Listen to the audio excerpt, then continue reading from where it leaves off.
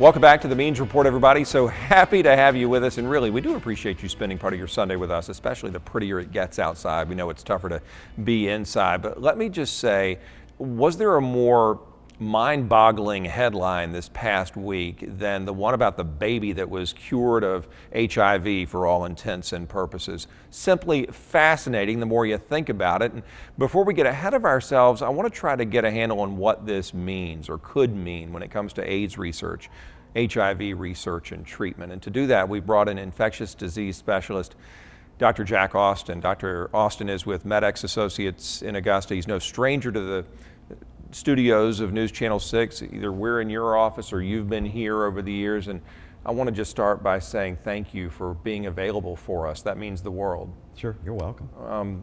Let me just ask you off the bat by way of introduction, what kind of diseases do you deal with in your line of work? Well, quite honestly, it's anything that involves an infection, whether it's a virus or a bacteria or anything else. And it ranges from things like HIV disease to postoperative wound infections to pneumonia or meningitis. Anything a physician has difficulty treating, they usually call me to help them out.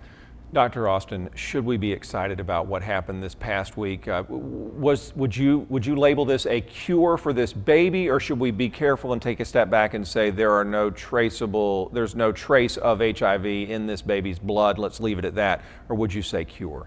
I think cautious optimism for a new potential treatment is where I would place this. Okay. I think we have to realize that this baby has not been cured. It has been functionally cured. That phrase there tells it all. The baby has not had a sterilization cure. There has been only one other case in the past in which the virus has been eliminated from someone's body completely. Now, this child has actual virus still within the body, but it can only be detected by exquisitely sensitive techniques.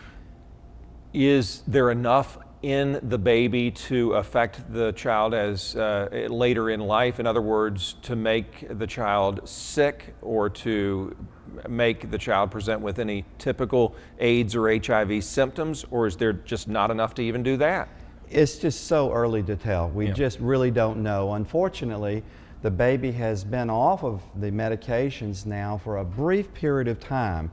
And during that time, we have seen no evidence that the virus is rebounding or growing back again, although still, again, it's present in low numbers. Can you make the leap from baby being functionally cured to Magic Johnson being functionally cured? Is that the same thing when you can get that trace down so low? Are they the same person essentially, just different stages in life? No, unfortunately not. Someone like Magic Johnson, should he stop his anti-HIV medications, the virus will bounce right back fairly quickly. I see. The difference in this child is that what we think we've done is that we were able to eliminate this virus before it had a chance to get into the repository cells, these hiding places in the body, so that we can actually eliminate the virus. But unfortunately, as it happens with so many other cases with Magic Johnson and most adults, they get this infection before they even know they have it. And it's months or years before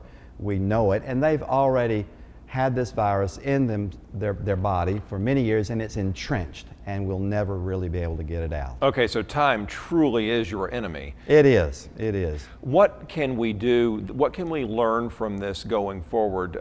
Should we just start pushing, I guess, for earlier detection so that we can begin the treatment that this baby received? Is that the goal here? Or are we going to start applying this same treatment as much as we can to others? Well, you know, in this particular case, we were very lucky because the mother had no prenatal care and was only diagnosed with HIV at the time of delivery. Man.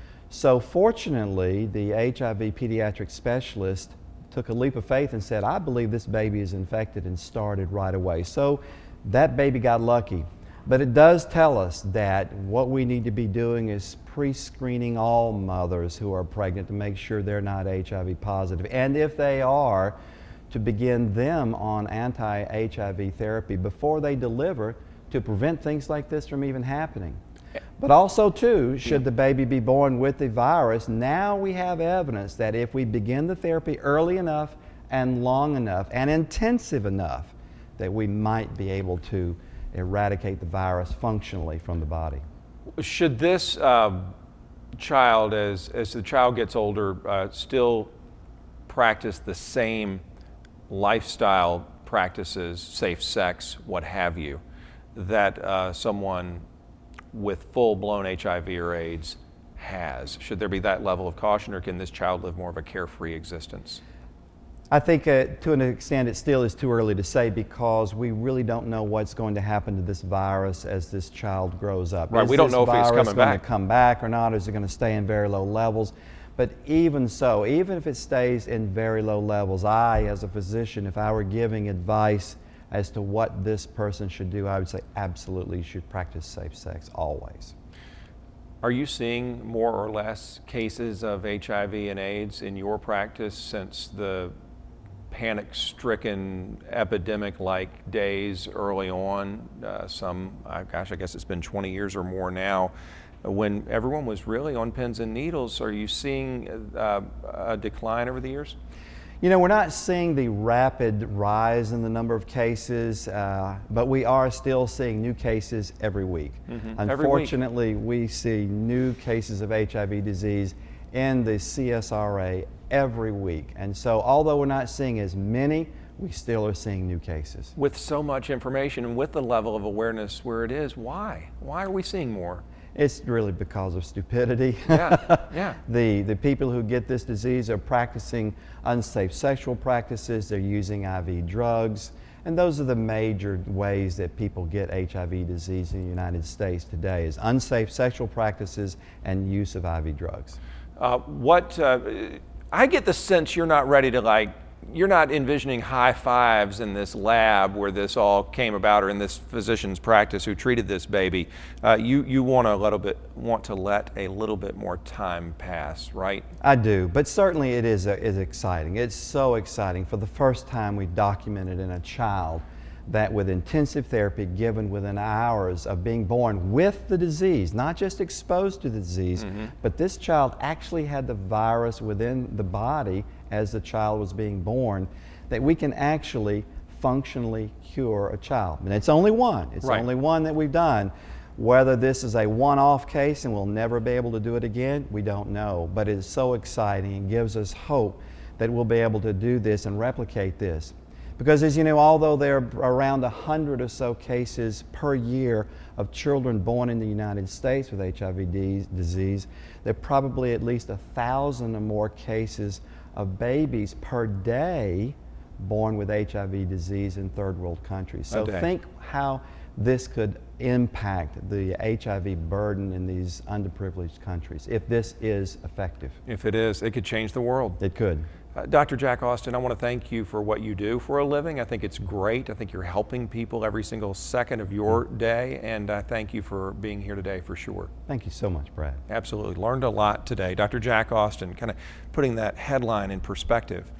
I want to remind you of our question of the week. What does it mean to you? It also is ripped from the headlines, where 3 commissioners in Augusta were reprimanded this week over conflicts of interest. They got their censure, okay? Do you think it's time to move on? Some say no. Some say that's a slap on the wrist and this matter should go before the governor of Georgia, no less. What do you all think, viewers of the Means Report? Is it over? Should the commission try to get along and move on with city business?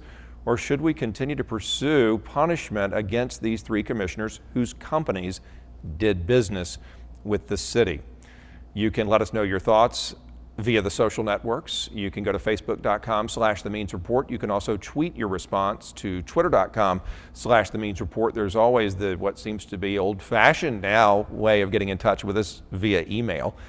Marlena Wilson is our executive producer and director. Her address is mwilson@wjbf.com. You can drop me a line, bmeans@wjbf.com. Just put the Means Report on the subject line and we'll know what to do with it. And you can watch all of our previous episodes. Marlena does a superb job of posting them on our television station's main website, wjbf.com. Just put the keyword, the Means Report. That's it for now. For Levi, Marlena, and the entire Means Report family, take care.